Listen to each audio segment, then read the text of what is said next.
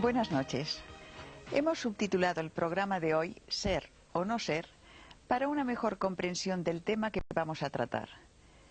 El mundo, el tipo de vida nuestro, está basado y substanciado en el curso espacio-temporal en el que transitamos. Embebido en los acontecimientos de ese movimiento espacio-temporal, el hombre olvida sus raíces, y sobre todo las raíces de su yo real, y más que ser en el mundo, simplemente está. Y ese estar le pone a merced de lo circunstancial y lo transitorio, o sea, en manos del sufrimiento y de la muerte. Olvida lo permanente en función de la imagen cíclica y cambiante que le ofrece su ojo exterior y su mente más física.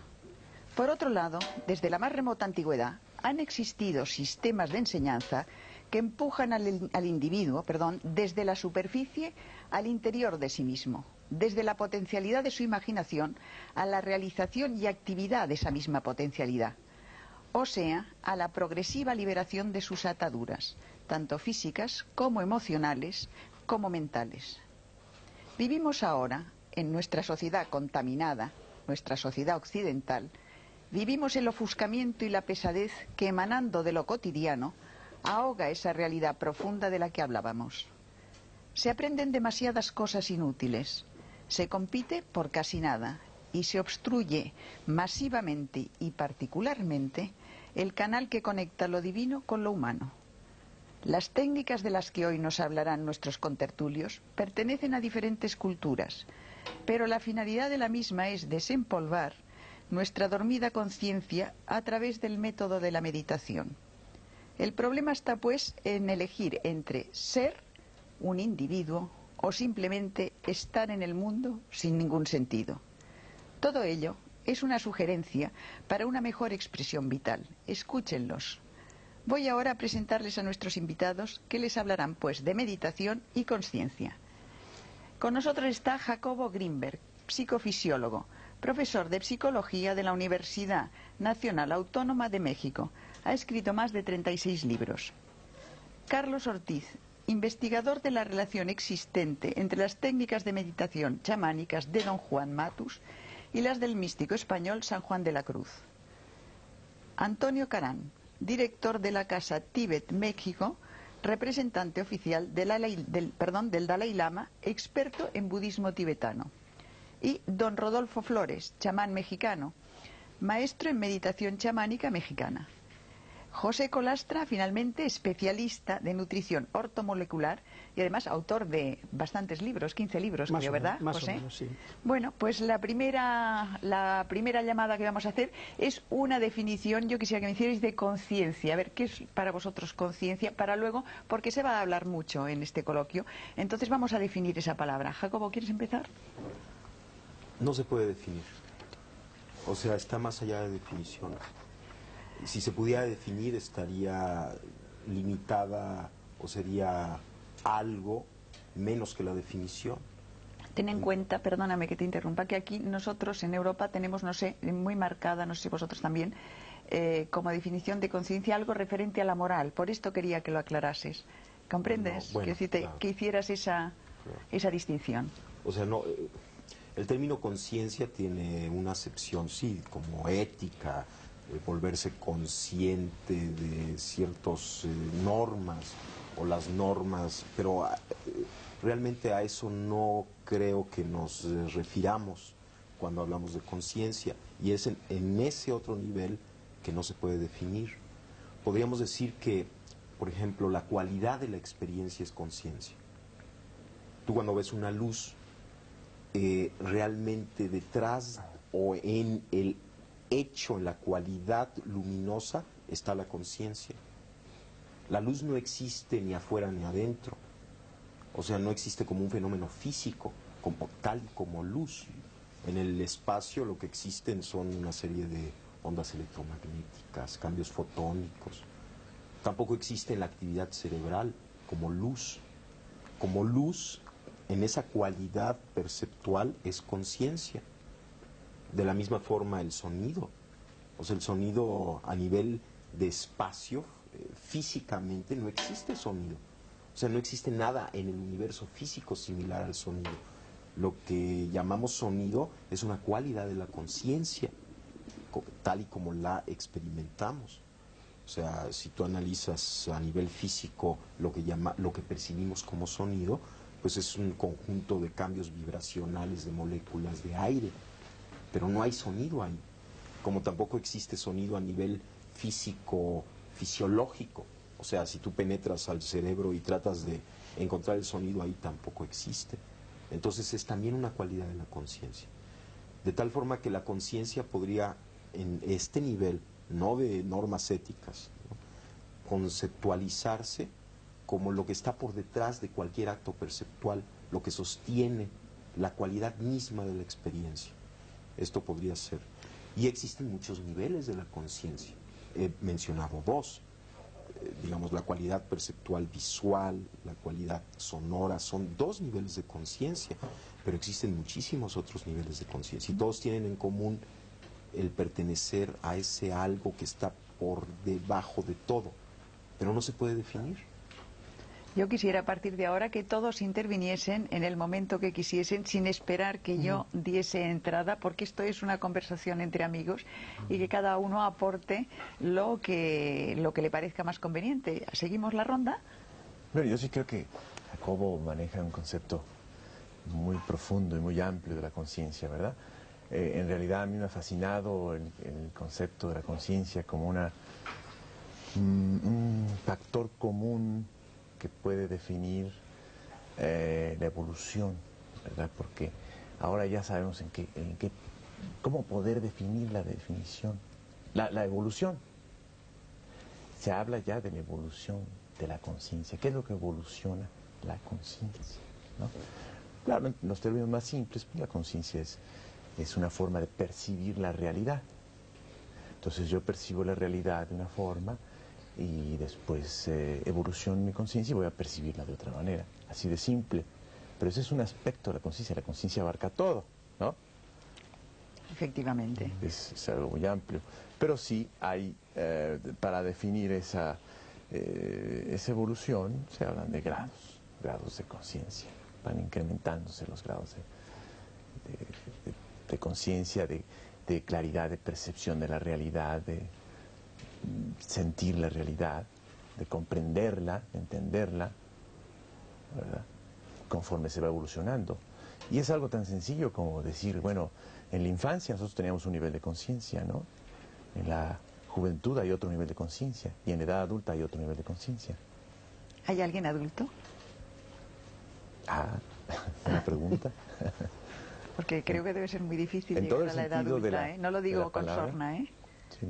No, la madurez. Una persona plenamente madura, sí, digamos que sería una persona en un máximo grado de conciencia. Se puede definir así, ¿verdad? Desde el punto de vista budista también esto presenta un problema, en el sentido de que la evolución de la conciencia no tiene fin y no tiene principio. Es un continuum de procesos de percepción, como chispas en la realidad, que se van gestando momento a momento ad infinitum. Y en ese sentido, en la pregunta que usted hacía con relación a ¿hay alguna vez, en algún momento se es maduro?, es una pregunta que se hace mucho dentro de la tradición budista con referencia al estado último desde nuestro punto de vista de evolución humana, que es la budeidad, ¿no? Sí. Y se dice entonces si la budeidad es ese estado adulto, ese estado en donde se llega a esta maximización de la capacidad correcta de percibir la realidad. Y los budistas, los textos clásicos tibetanos y la tradición oral tibetana, dice que no, que este proceso de budeidad, en el momento en que se lleva a esta completa y pura estado de unificación perceptual, es solamente el principio de otro nuevo proceso. Y cuando se termine ese nuevo proceso, también ese estado de finiquitación de ese proceso, ¿no?, es el principio de otro, ad infinitum. Entonces, cuando hablamos de conciencia, hablamos de un proceso tremendamente complejo y, como bien decía Jacobo, muy difícil de definir, porque depende de a qué nos refiramos con conciencia. La conciencia, por ejemplo, desde el punto de vista tibetano, puede llamarse la conciencia intelectual, por ejemplo, que tiene que ver con todos estos procesos lógicos de raciocinio matemático que todos tenemos y que aprendemos a realizar a través de nuestra experiencia de vida, ¿no?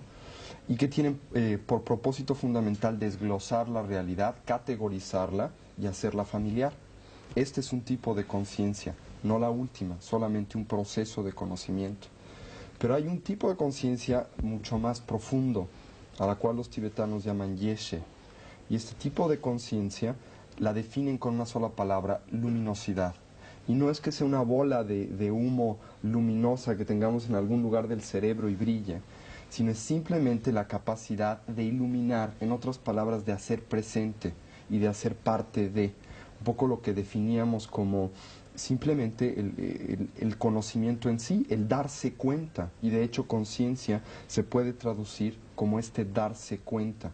Pero aquí volvemos a otro problema: ¿quién se da cuenta? ¿No?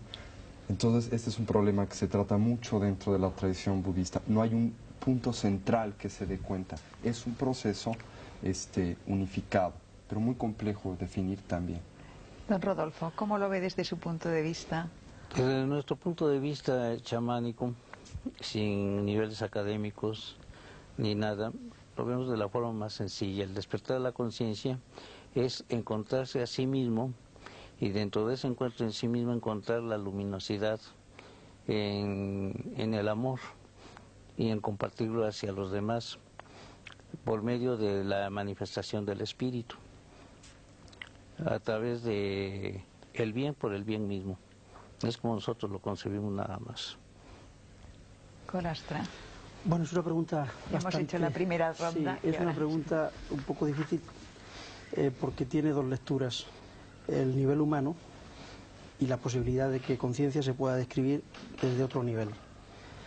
Desde el punto de vista del nivel humano, pienso que el doctor Grimper tiene muchísima razón, porque el término conciencia es muy difícil de definir si lo limitamos exclusivamente a nuestro enfoque, a nuestro nivel. Pero desde un nivel trascendente, yo diría que conciencia, la cualidad que caracteriza de forma más precisa al término conciencia, es la de una presencia integrada, pues podríamos decir del verbo, es decir, de lo trascendente, de lo sutil, de lo que está más allá de lo contingente. Una presencia. Esa presencia se puede caracterizar pues por muchas cualidades y por muchos enfoques, pero en realidad es como si existiesen una serie de canales o de conductos a través de los cuales ese algo que también Carlos mencionaba, ese algo detrás percibe. La naturaleza de ese algo es la que los místicos han tratado de averiguar y han tratado de conectar, y eso les ha producido pues una serie de fenómenos que hemos llamado pues aparentemente milagrosos, pero creo que es una presencia integrada. Vamos a ver, me gustaría que cada uno de vosotros nos contaseis los sistemas que habéis aprendido o que practicáis para ese desarrollo de la conciencia, la metodología un poco, para que la gente sepa que hay diversos caminos y que incluso cada uno pueda escoger, digamos, que la sugerencia que vosotros lanzáis. ¿Quieres hablar tú, Jacobo? ¿Cómo no? Bueno, yo la técnica de meditación que más me gusta es la observación, porque el observador puede observarlo todo. O sea, todo el conjunto de cambios que ocurren, todas las modificaciones, todos los pues la infinita variedad de experiencias, todas ellas se pueden observar, y por lo tanto el observador es el que unifica. De tal forma que cuando tú aprendes a observar y cuando tú observas cualquiera de estos cambios desde esa referencia, el hecho mismo de poderlos observar te empieza a integrar. Por ejemplo, uno puede sentirse muy confuso o muy nervioso, ¿no?, en cierto momento. Bueno, uno, si recordara que puede observar el estado de confusión, el mismo instante en el que uno observa la confusión, se coloca en el punto de integración fuera de la confusión. Porque ¿quién es el que observa la confusión? Pues no puede ser nadie dentro de la confusión. Por lo tanto, en ese momento uno recuerda que la naturaleza propia está más allá de esa confusión.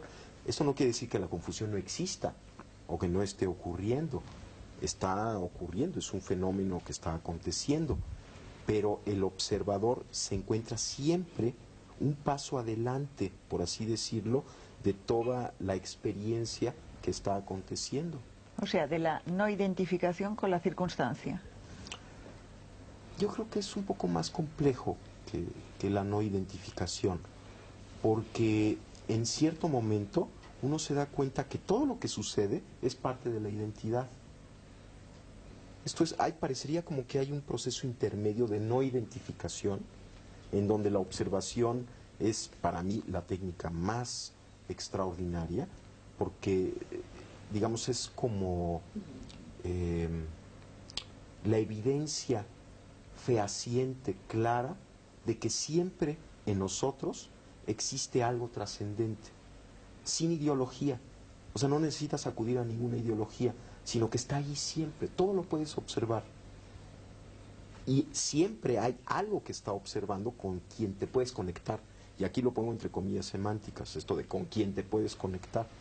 El simple hecho es que lo puedes observar y el observador se coloca fuera del evento.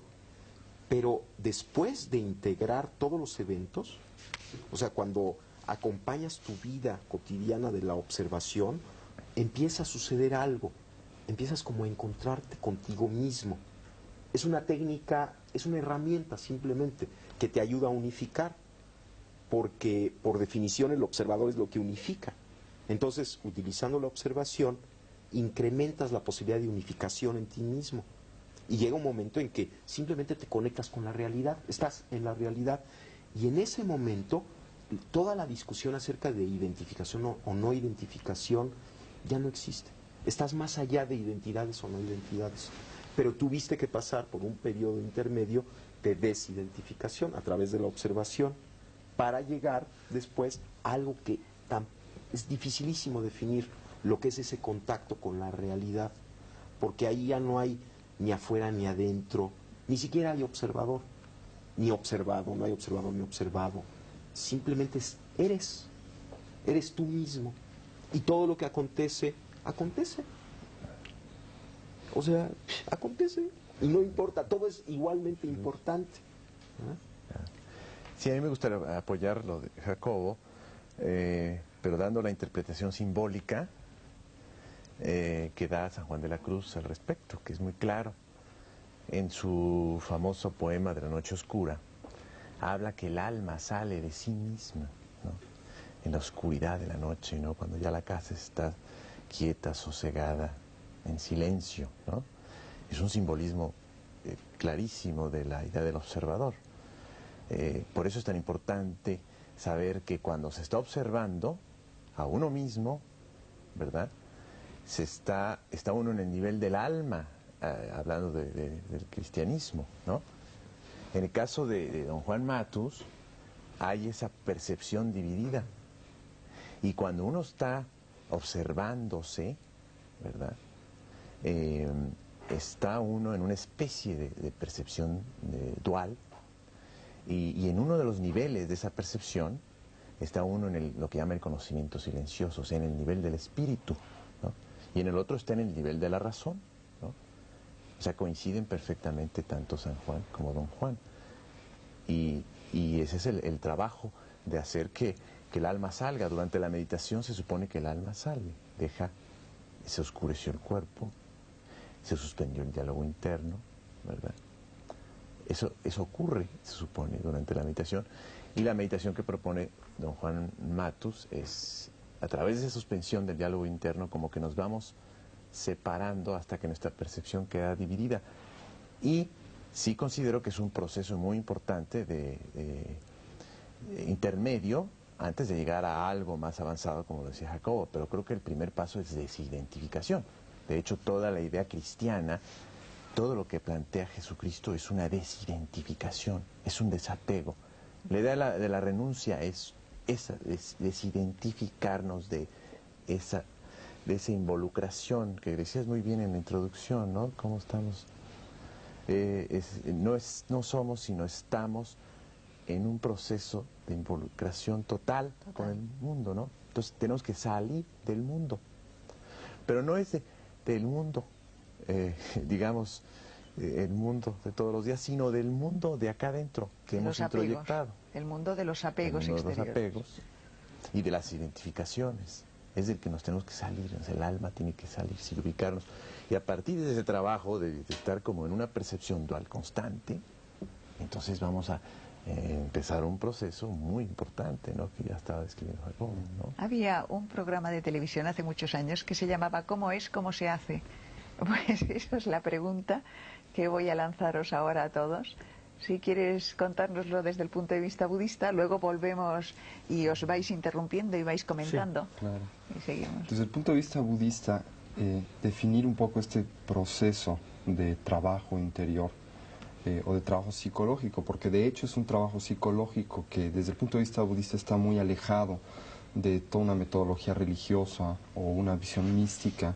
Es una transformación de nuestra percepción para percibir correctamente. Y si lo tuviéramos que definir en pocas palabras, creo que lo haríamos con 3. Primero, un proceso de concentración. ¿Qué es un proceso de concentración? Desde la perspectiva budista y de hecho desde la perspectiva psicológica, uno de los graves problemas en la percepción humana cotidiana, normal, común y corriente, es el hecho de que nuestra mente, por malos hábitos, ¿sí? Psíquicos o mentales, no puede estar en un solo momento y en un solo lugar integralmente. Esto quiere decir que constantemente brinca al pasado o brinca al futuro.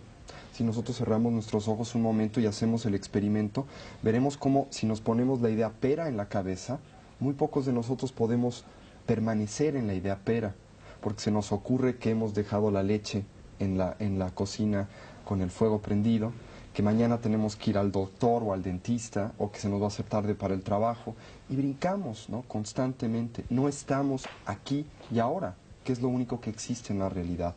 El primer proceso, este primer proceso que tenemos que integrar dentro de nosotros mismos, que es un poco de lo que hablaba el doctor Greenberg y de lo que hablaba Carlos Ortiz, es primero aquietar al cuerpo, ¿no? Dejar que duerma en esa noche oscura para que el alma pueda salir. Obviamente esto desde el punto de vista budista de que el alma pueda salir es un simbolismo. Nada sale, ¿no? Ni entra tampoco. Este es el primer paso. El segundo paso dentro del sistema o la tecnología budista en este sentido es la apreciación. Una vez que paramos, ¿sí?, esta serie de proyecciones que le hacemos a la realidad y de prejuicios que son el resultado básico de estar en el futuro y en el pasado, de prejuiciar mi realidad o de proyectar en ella fantasías, y específicamente formas fantasiosas de existencia, que son que las cosas las vemos como eternas, independientes y no cambiantes, ¿sí? O tratamos de verlas así, y esto está completamente en contradicción como con las cosas realmente son, transformativas, impermanentes, interrelacionadas, etcétera. Empezamos a través de esta concentración de ver una sola cosa en un solo momento a apreciar la realidad. En otras palabras, a ver lo valioso, único y extraordinario que es cada evento de percepción. Poéticamente hablando, el mundo tibetano le llama a esta percepción, a esta apreciación de la realidad, el descubrir la magia de lo ordinario. El hecho de que cada evento, por ordinario, común y corriente que aparente ser, es extraordinario, porque algo vivo y algo real acontece en cada instante y en cada momento. Este es el segundo paso, es este extrapolarse o salirse, que insisto, no es un salirse, sino es un abrirse, es un apreciar la realidad. Y después de esta concentración y de esta apreciación de la realidad, viene el entendimiento de la misma. Y el entendimiento de la misma es la fusión directa, la integración o la síntesis de la percepción con la realidad, más allá de sujeto experimentador y objeto experimentado. Esto no quiere decir que hay un extra, un espíritu en los aires que percibe más allá de esto, sino que desde el punto de vista psicológico lo que sucede es que lo que importa en este momento tan especial de percepción ya no es el observador que se desdobla para percibir y trae a sí mismo la percepción, sino la relación. Deja de importar observador y observando, y lo único que existe e importa es la relación. Un poco lo que veníamos hablando. Este proceso requiere de una tecnología, no viene por sí solo, se tiene que cultivar, porque todos nosotros vivimos en el mundo, primero que nada, como decía Platón, de la doxa y de la opinión, en el mundo de las interpretaciones, de las proyecciones y de los prejuicios, pero también en el mundo de los inventarios. Todo lo metemos a nuestro inventario, todo lo metemos a nuestras categorías y muchas veces dejamos de ver las cosas como son. Y cómo son, ¿sí? Es un problema muy extenso dentro de todo este conjunto de desarrollo de la conciencia. Pero podríamos decir desde el punto de vista algo budista, algo muy, muy sencillo, pero muy bello. ¿Cómo son? Extraordinarias, únicas. Un poco es eso. Don Rodolfo. Pues estoy de acuerdo con las tres personas antes, Jacobo, Carlitos y Marco. Nosotros también llevamos el mismo sistema de la concentración primero para poder llegar a un desarrollo psíquico y poder tener la suficiente capacidad de desligarnos de la vida real, que se le llama aquí, ¿no?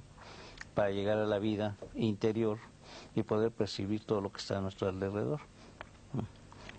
Pero las técnicas pues no varían, son las mismas, ¿no? La concentración, la entrega total, ¿no? El desprendimiento de todas las cosas que nos atan aquí, en el aspecto materialista.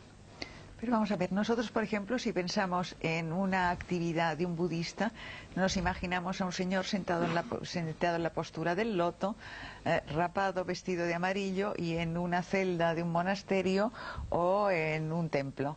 ¿Ustedes cómo lo hacen? Nosotros lo hacemos de la forma más sencilla y simple, ¿no? Nosotros podemos hacer nuestra concentración en cualquier lugar, siempre y cuando saneemos primero el ambiente, ¿no? Sanear el ambiente es decir, pues, quitar todo, evitar todo tipo de vibraciones negativas, ¿no? Pero lo único que tenemos que hacer es sentarnos, concentrarnos y recibir esa energía que nos da la capacidad de la percepción o del acecho, como decía aquí Jacobo, ¿no? Creo yo que es de lo más simple, ¿no? Que pues hemos heredado por el tradicionalismo, por lo que sea, ¿no? Pero pienso yo que también es la capacidad del individuo en el entregarse, en el darse, ¿no? Para poder recibir eso. Yo quisiera añadir una cosa antes, que creo que es un poco importante en la tradición budista. Nosotros generalmente cuando hablamos de budismo, muchos sí nos imaginamos a gente rapada en un monasterio meditando, ¿no? Esto es una imagen correcta desde cierto punto de vista, puesto que esto hacen los monjes budistas, pero estrecha, porque no es solamente eso lo que hacen. La meditación, primero que nada, este proceso de desarrollo de la conciencia o de atención, primero que nada requiere una técnica que nos permita entrar en el mundo de la concentración. Para entrar en este mundo de la concentración tenemos que tener un laboratorio controlado. No podemos hacer un experimento a grandes planos si primero no lo hemos controlado en medios controlados de laboratorio. En otras palabras, nos tenemos que salir un poco del mundo discursivo, del mundo de ruido, del mundo de las presiones, del estrés, a un ambiente controlado. Segundo, tenemos que simplemente sentarnos. Yo disiento. ¿Tú disientes? Sí. No necesariamente pienso que debe ser un ambiente controlado. Desde el punto de vista budista se tiene que empezar así. Por eso es lo que quiero decir. Se tiene que empezar así porque si no se empieza en un ambiente controlado, son muy contadas las personas que tienen la capacidad de trascender este diálogo interior. Es muy fácil decir desde el punto de vista budista, bueno, concentrarse es nada más pensar en una cosa. Pero ¿cuántas gentes que dicen tener concentración pueden realmente fijarse en una sola cosa en un solo momento, a pesar de decir que están concentrados? Esta concentración trasciende el nada más tener una concentración para estudiar bien. Es una concentración mucho más profunda y técnicamente se define de una manera especial, pero es el principio. Después de que se ha logrado algún resultado en esto, entonces la meditación se convierte en lo que se llama meditación en acción. En otras palabras, que ya podemos ser conscientes en todo momento del día y en todo lugar. nos podemos dejar crecer el pelo, podemos salir del monasterio, ¿sí? Y estar consciente hasta de que la mosca vuela, pero Perdona, primero tenemos que empezar. Déjame Sí. que le tú estás diciendo que para empezar esas técnicas hay que retirarse del mundo, o se pueden hacer esas técnicas en medio de la Plaza Roja de Moscú, quiero decir. Para empezar estas técnicas, uno se tiene que retirar de su diálogo interior. Pero no del mundo. No necesariamente. Pero lo más momentáneamente. sencillo, lo más sencillo, lo más útil es hacerlo, ¿no? Si estamos en medio de la Plaza Roja y somos guardias y nos están dando órdenes, es muy difícil que tengamos el tiempo, la conciencia de hacerlo. No imposible, y hay técnicas para hacerlo dentro del budismo, pero es difícil. El budismo es un sistema tremendamente realista. Entonces dice, ¿no?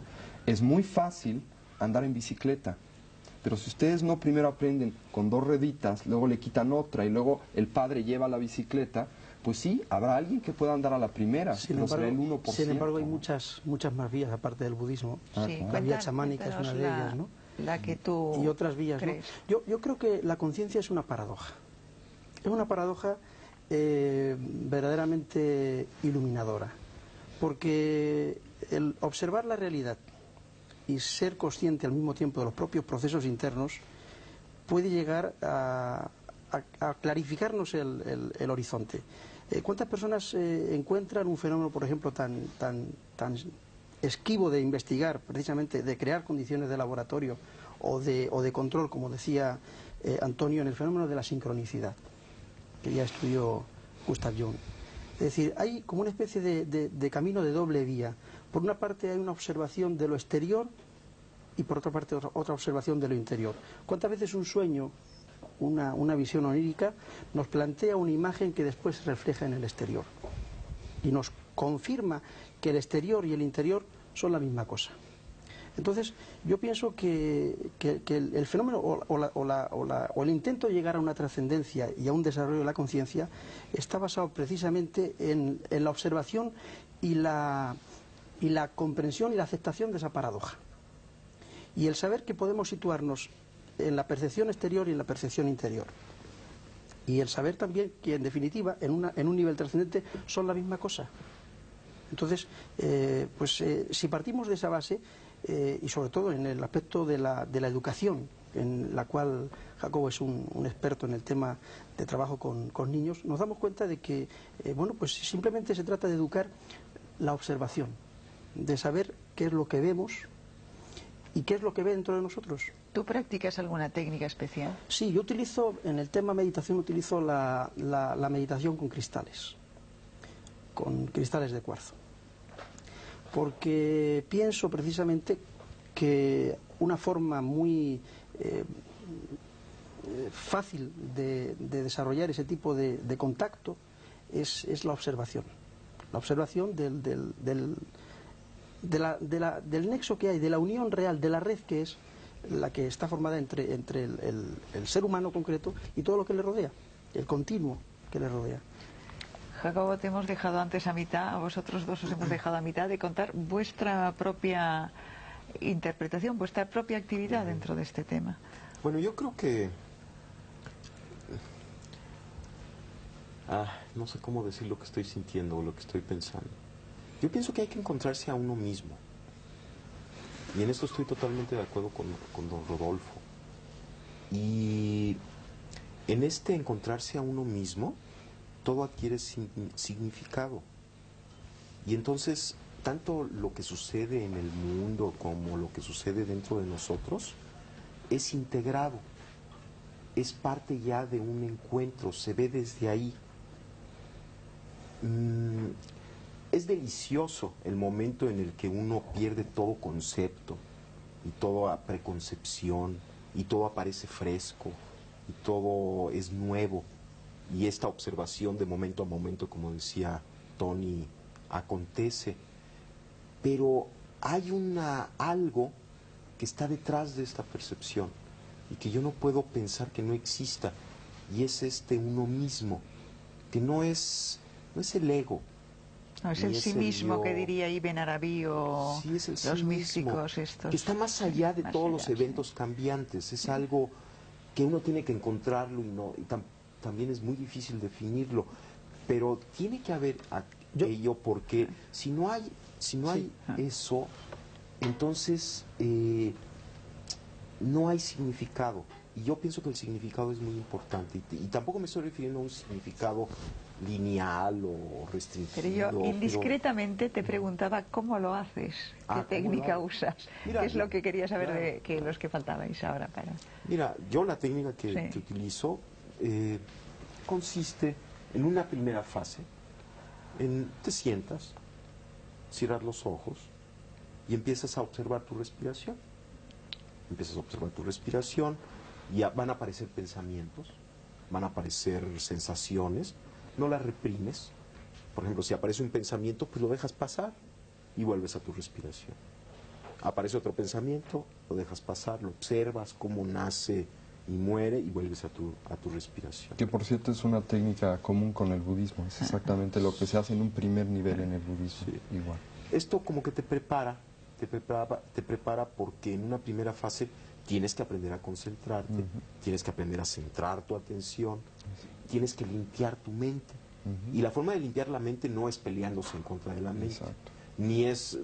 No la puedes quitar, no hay forma de quitarla. Y si peleas en contra de ella es lo peor que puedes hacer. Constriñirla, que no piense, eso no se puede hacer. La fortaleces, pero tampoco pienso que es malo tener mente. Hombre, es necesario tener un entendimiento, es maravilloso, porque sería desastroso quedarnos sin esta parte. Sí, pero hay que trascender un nivel. Claro, pero esta mente que nos molesta, estos pensamientos repetitivos, yo pienso que sí hay que limpiarlos, y la forma de limpiarlos es aceptarlos,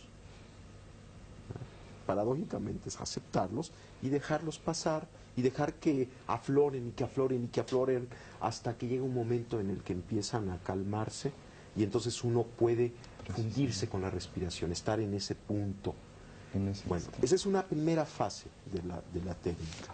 Una segunda fase consiste en empezar, por ejemplo, a observar tus pensamientos, tu cuerpo, tus sensaciones, unificar tu cuerpo, recorrer tu cuerpo, observar parte por parte, ir sintiendo, aceptando, sin pelearte en contra de tu cuerpo, sin juzgarlo, sin analizarlo, sino simplemente, por ejemplo, después de que estás en esta respiración ya concentrada, empiezas a sentir la parte alta de tu cabeza, las sensaciones táctiles, las sensaciones de la superficie. Después empiezas a sentir cada parte de tu cuerpo, vas como bañándolo, recorriéndolo poco a poco, hasta que llega un momento en que puedes observar tu cuerpo como una unidad. Es como recuperar tu imagen corporal. Entonces observas tu cuerpo, estás de testigo de tu cuerpo al mismo tiempo que sintiéndolo. Cuando logras hacer esto, el budismo, porque es una técnica budista, se llama vipassana, es una forma muy extraordinaria de curarse, de limpiarse, además de colocarse en el punto de observación en donde puedes percibir todo tu cuerpo como una unidad, estás aceptando todo lo que sucede ahí, pero estás en una posición trascendente con respecto al mismo. Exactamente. El siguiente paso es empezar, en la técnica que yo practico, es empezar a activar una percepción simultánea, de tal forma que percibes todo tu cuerpo, con todas sus sensaciones corporales, y simultáneamente tu respiración. Exactamente. El siguiente paso implica, por ejemplo, poner atención a tus pensamientos. Entonces, percibes tus pensamientos, qué pensamientos hay, qué relaciones hay entre un pensamiento y otro, qué redes de pensamientos acontecen, y las percibes con la misma actitud que percibiste tu respiración y tu cuerpo, sin juicios, sin análisis, aceptando todos los pensamientos que acontezcan, pero colocándote de testigo de los mismos. Estás al mismo tiempo sintiendo, viviendo tus pensamientos, pero en el punto de trascendencia con respecto a ellos. Claro. La siguiente fase implica observar simultáneamente tu cuerpo, tu respiración y todos tus procesos mentales. Una observación simultánea. Bueno, una vez que acabas esto, que puedes realizar esta observación simultánea, empiezas a poner atención a tus emociones. ¿Qué cambios emocionales hay? cuáles son los tonos emocionales, la luminosidad emocional, las cualidades de la emoción, y observas tus emociones con la misma actitud con la que observaste tus pensamientos, tu cuerpo y tu respiración. Cuando logras esta observación de tus emociones, observas simultáneamente tu respiración, tu cuerpo, tus pensamientos y tus emociones.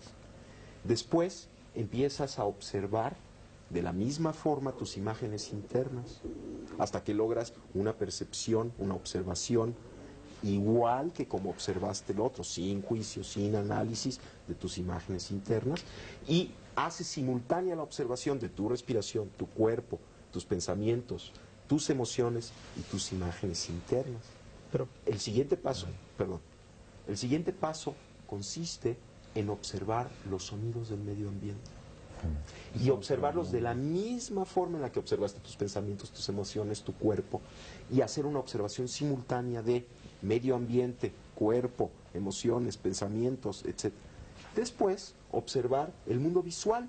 Llega un momento en que cuando puedes hacer una observación simultánea de todos los componentes de tu experiencia, sucede algo extrañísimo.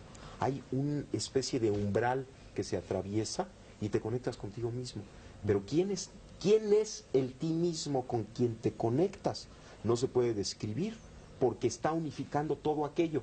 De alguna manera, la técnica de incorporar observación a la observación y de hacerla simultánea te hace llegar a un umbral en donde todas las concepciones que tenías de ti mismo desaparecen y te conectas con algo que está más allá de esas concepciones, pero mucho más cerca de ti mismo que nunca antes.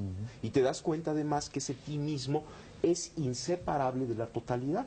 ¿Y qué es la totalidad? Todo eso son condiciones de laboratorio, condiciones de control. Yo voy más allá, que son válidas y perfectamente útiles, pero yo voy más allá. Es que la conciencia se puede buscar también en la observación diaria de cualquier evento que a nosotros nos sucede. Pero perdón, es exactamente lo mismo. Sí. Bueno, en el momento en que logras la observación del mundo visual, del mundo auditivo, de tu cuerpo, entonces, estás puedes en integrar. cualquier lugar, en cualquier situación, y estás observándolo desde el mismo punto de referencia. Lo único que se dice es que si no hay un proceso previo de capacidad de atender, entonces en lugar de atender, en lugar de observar, nos estamos yendo con las cosas. Un poco lo que decía Jacobo para profundizar nada más una cosita. Yo diría que más bien de lo que se trata es de trabajar sobre el tema educativo, Sí, porque claro. me parece que el niño tiene la frescura suficiente, la capacidad suficiente en un sistema educativo idóneo para ver todo esto como una cosa totalmente natural. De acuerdo. La forma en la que el niño percibe la realidad es totalmente instantánea y directa. Entonces estamos hablando y estamos dando la sensación o la imagen de que necesitamos este proceso.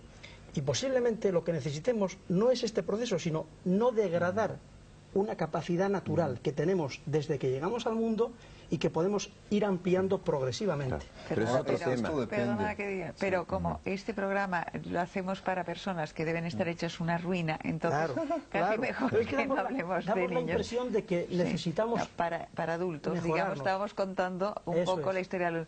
Me perdonáis, pero Carlos Ortiz no ha dicho Me su gustaría parte mucho en este tema. continuar con el simbolismo, ¿no?, de San Juan de la Cruz.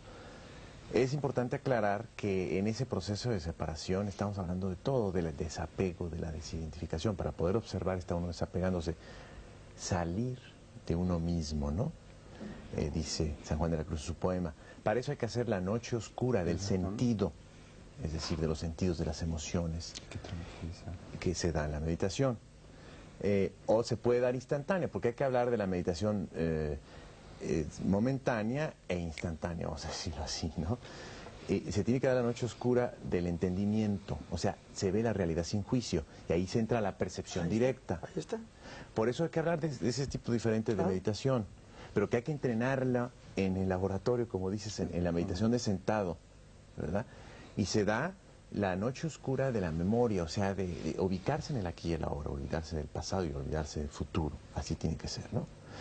Y también la noche oscura de la voluntad, en cuanto a esa suspensión momentánea de esa voluntad reactiva, ¿verdad? se suspende de pronto, por un momento.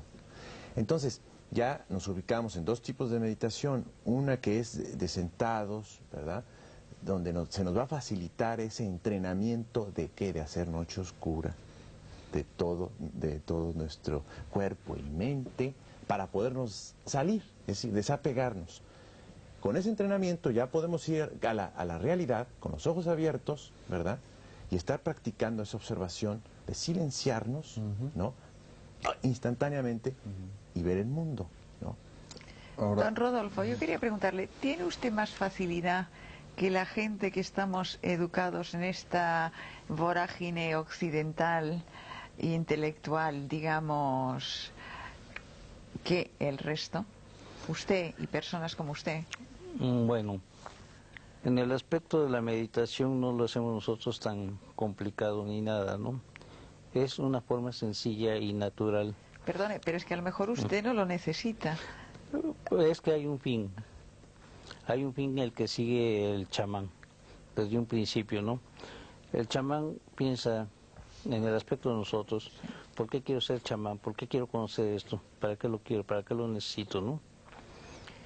Entonces viene el desprendimiento del ego, o sea, lo necesito y lo quiero para servir a los demás, para darles a los demás, para participar en la vida activa de la sociedad, pero inculcando una nueva idea de la desintegración del materialismo. ¿Pero solo con este fin o va más allá?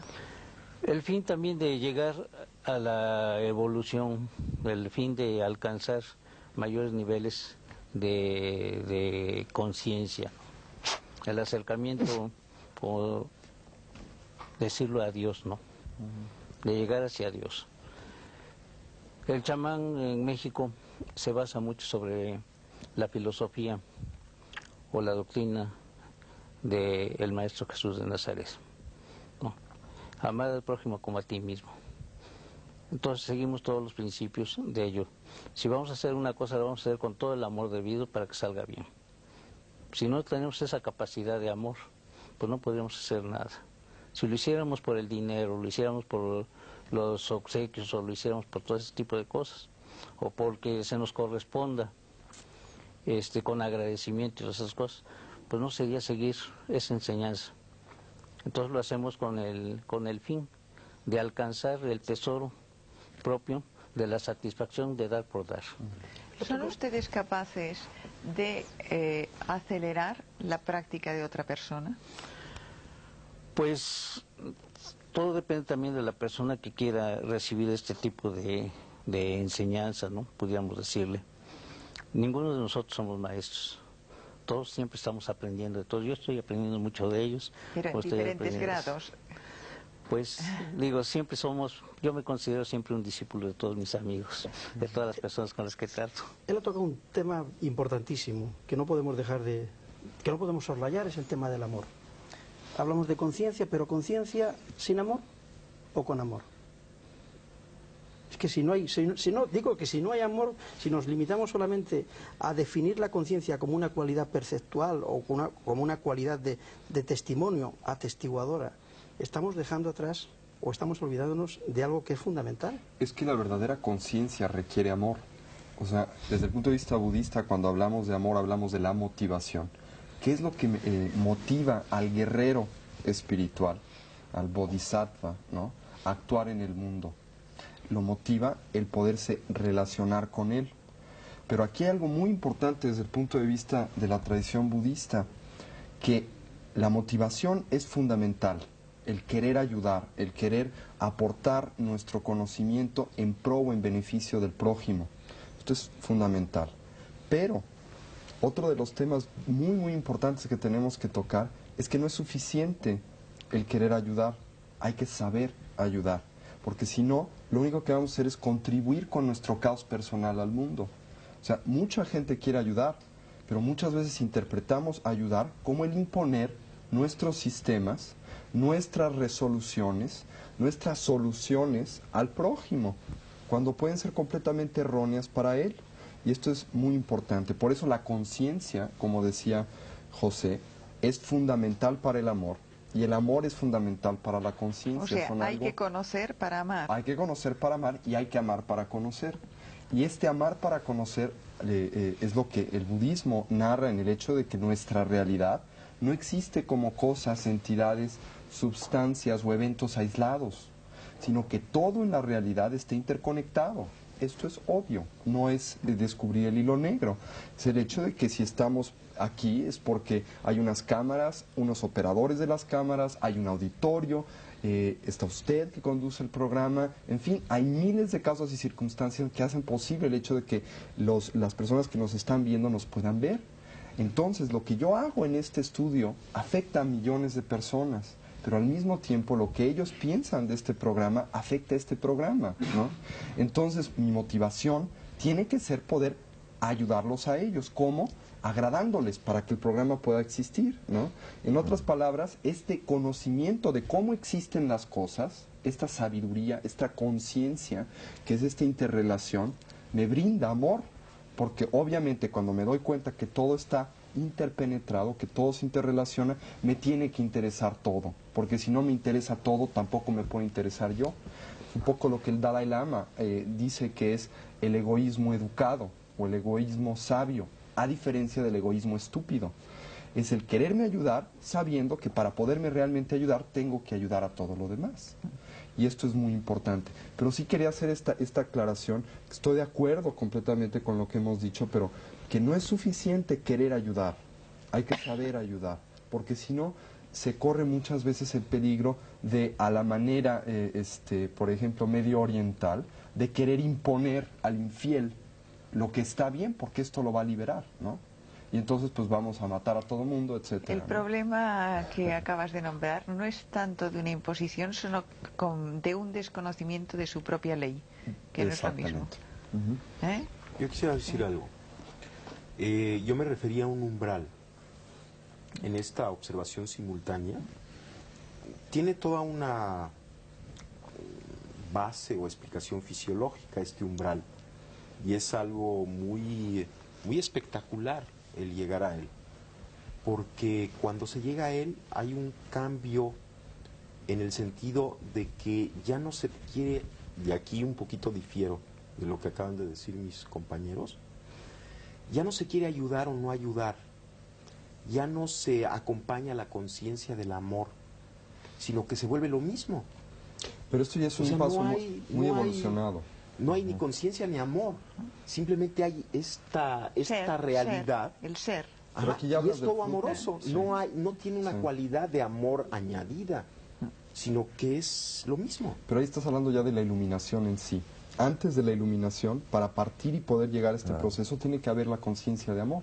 Yo creo que nos hemos dejado, perdóname, a Carlos Ortiz, que no nos ha acabado de contar exactamente cuál era su técnica y su método, Bueno, que eso sí también más nos o menos le he interesa. dicho. En pocas palabras, la noche oscura de San Juan de la Cruz, la noche activa, ¿verdad? La noche activa, es suspender el diálogo interno. Simplemente. Simplemente suspender el diálogo interno, suspensión de procesos intelectuales, incluso emocionales, ¿no?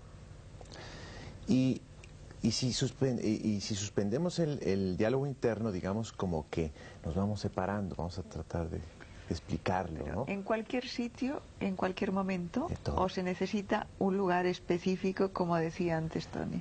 El hacerlo en un lugar específico va a reforzar esa posibilidad. Pero hay que comprender que lo importante es ya sacarlo a la acción, ¿no? A veces se olvida eso. Ocurre mucho que se medita sentado, pero después el diálogo interno empieza.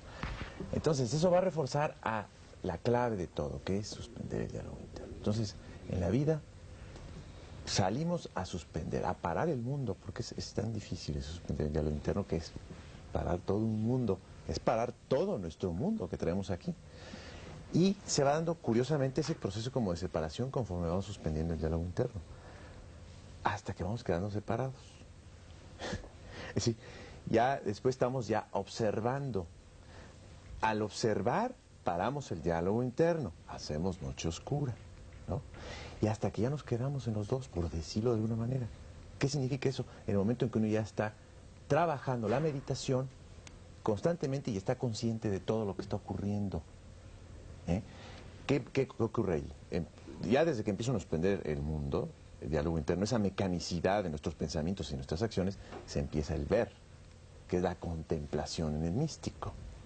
Y empieza a ver uno los significados profundos de la existencia. ¿Por qué? Porque ya está uno en la percepción directa del mundo. Antes uno veía con el filtro, decía don Juan, que estábamos siempre un paso atrás, ¿no? Porque entre yo y el mundo está la descripción que tengo en mi cabeza. Entonces estoy viendo el mundo a través de un filtro, ¿no? Entonces hay que apagar ese filtro a través de la suspensión del diálogo interno. Ya veo directamente, ¿verdad? Hay la percepción directa y ya estoy como dividido, lo cual me va a llevar a la larga a un proceso impresionante que me va a permitir ir conciliando los opuestos de la vida. O sea, ya si logro mantener esa posición de meditación activa, de estar en dos lugares al mismo tiempo, como dice don Juan, estar en el lugar del conocimiento silencioso y de la razón al mismo tiempo, si mantengo esa posición, se empiezan a conciliar los opuestos de la vida y empieza uno a ver la vida de otra manera. Yo quería saber... La paradoja que yo mencionaba antes al principio, de la conciencia de doble vía. Ahora, yo quería preguntaros una cosa. ¿Una mayor adquisición de conciencia es de alguna manera un mayor desarrollo energético? ¿Hay una relación entre conciencia y energía? ¿El proceso de aprendizaje genera una mayor energía en el individuo o un mayor despliegue? ¿Y hay una relación? Pero ¿desde qué punto de vista quieres...? Energético. Desde el punto de vista fisiológico, por ejemplo. Biológico. Bueno, si el desarrollo de la conciencia implica una expansión de la misma, como parece ser que lo implica, bien, ¿no? Y por lo tanto, evidente, la expansión de la conciencia implica que cada vez te abres a mayores y mayores realidades, las haces tuyas, dejas de estar separado de mayores y mayores realidades, y en eso es la expansión de la conciencia. O sea, tu conciencia primero era la consecuencia o la consideración de que tu yo estaba restringido a tu cuerpo. Yo no me estoy refiriendo solo a esto, ¿eh? Yo me estoy refiriendo a niveles energéticos concretos. Sí, ahí voy. Entonces, si la expansión de conciencia implica el incorporar lo que antes era externo a ti como parte de ti mismo, ¿sí? Si esto es así, entonces definitivamente